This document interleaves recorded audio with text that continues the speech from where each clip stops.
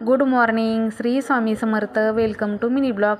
तर सकाळची वेळ आहे आणि छान अशी सुंदर दारामधली रांगोळी आणि उंबरापूजन तुमच्याशी शेअर केलेलं आहे.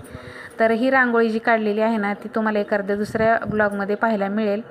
तर आज मी तुम्हाला दाखवणार आहे उतरंडीची पूजा. तर आज आहे मंगळवार आणि उतरंड बऱ्याच दिवस झालं मला एका ताईची कमेंट सारखं येत होती की ताई तुमच्याकडं उतरंडी आहेत ना, त्याच्यामध्ये काय काय असतं ते नक्की दाखवा मला.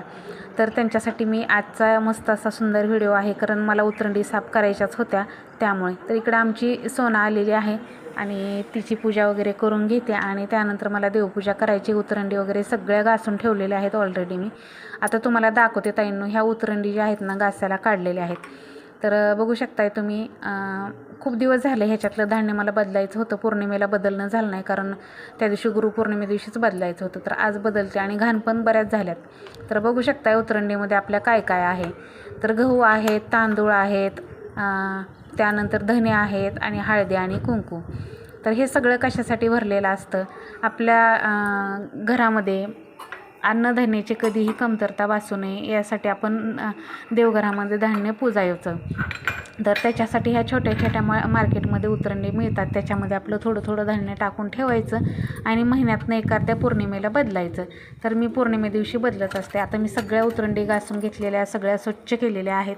त्यानंतर सगळ्यामध्ये एकात गहू, एकात तांदूळ, धणे, हळदी आणि कुंकू असं भरून घेतलेलं आहे. तर बघा, गहू म्हणजे आपलं अन्नपाणी जे आहेत ना, आपल्या घरामध्ये कधीही कमी पडू नये त्यासाठी गहू भरायचे आहेत. तांदूळ हे मांगल्याचे प्रतीक आहे, त्यामुळे तांदूळ भरायचे आहेत. कुठल्याही पूजेला तांदळाचा खूप मान असतो. आणि त्यानंतर धने म्हणजे धन आपल्या घरामध्ये कधीही कमी पडू नये. आणि त्याचबरोबर आपलं हळदी आणि कुंकू सौभाग्याचं प्रतीक. आणि हळद ही आहे ना, ती आपली ह्याच्यामध्ये आपल्या आरोग्यासाठी सुद्धा चांगली असते. तर यासाठी हे सगळं जे आहे ते मी आपल्या उतरंडीमध्ये नेहमी भरलेलं असतं आणि महिन्यातनं एकदा मी साफ करत असते उतरंडी आणि त्यातलं धान्य बदलून दुसरं धान्य टाकत असतं.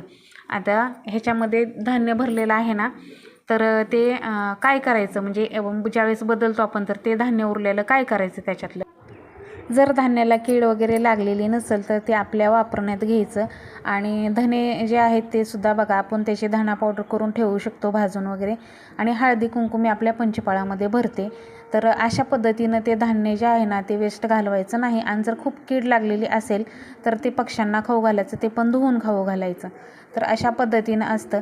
चला, तर आजची मंगळवारची अन्नपूर्णेची पूजा तुम्हाला कशी वाटली नक्की कमेंटमध्ये सांगा. श्री स्वामी समर्थ.